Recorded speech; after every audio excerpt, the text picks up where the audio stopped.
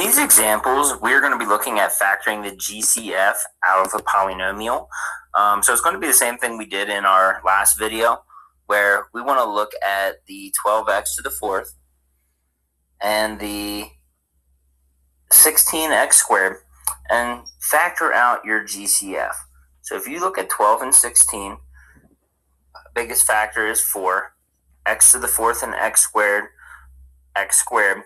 And what that's going to essentially do is divide both of these out. So when you factor 4x squared out of each of these, 12 divided by 4, these is with 3, and our rules of exponents say subtract, so 4 minus 2 would take out 2. In the second part, we're doing 16 divided by 4, which is 4, and x squared divided by x squared is really just 1. So that's going to leave us with our answer. And that's all we're doing with this.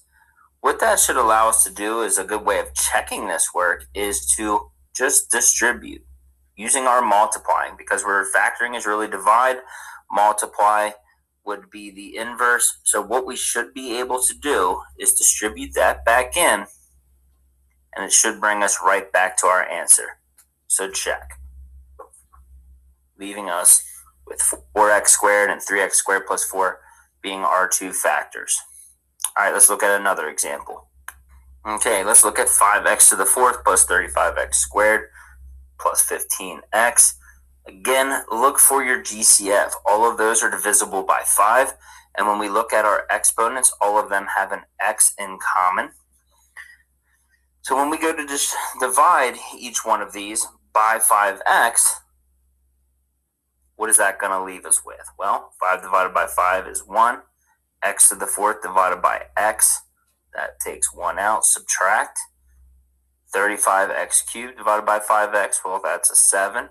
X cubed divided by x, subtract.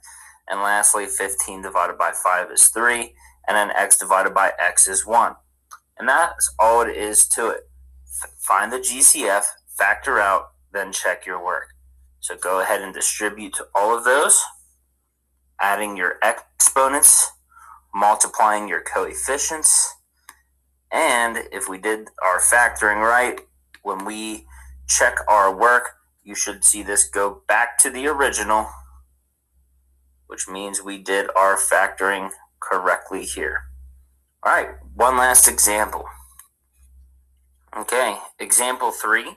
You can see that this is one of our multivariable, but we still want to treat it the same way.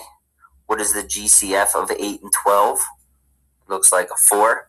And then we got to go through with all of our variables. So x squared, y cubed, and y would just be y, and z fourth and z squared would just be z squared.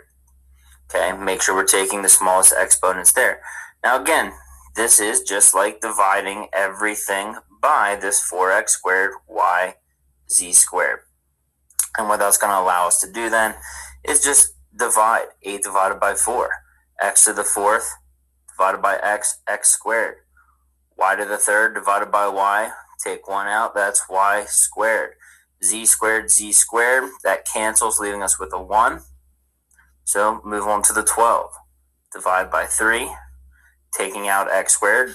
Oh, that's 0, cancels out. Y's, they cancel. So really all we have left there is that 3. And then the z fourth divided by z squared is z squared. And we're good to go. Only thing we have to worry about, do a quick check. Make sure everything matches up. And as you distribute these, making sure you're now adding those exponents back together. Okay, first term checks out. Distribute to that second one. X squared times y, z squared, takes us back to a z to the fourth.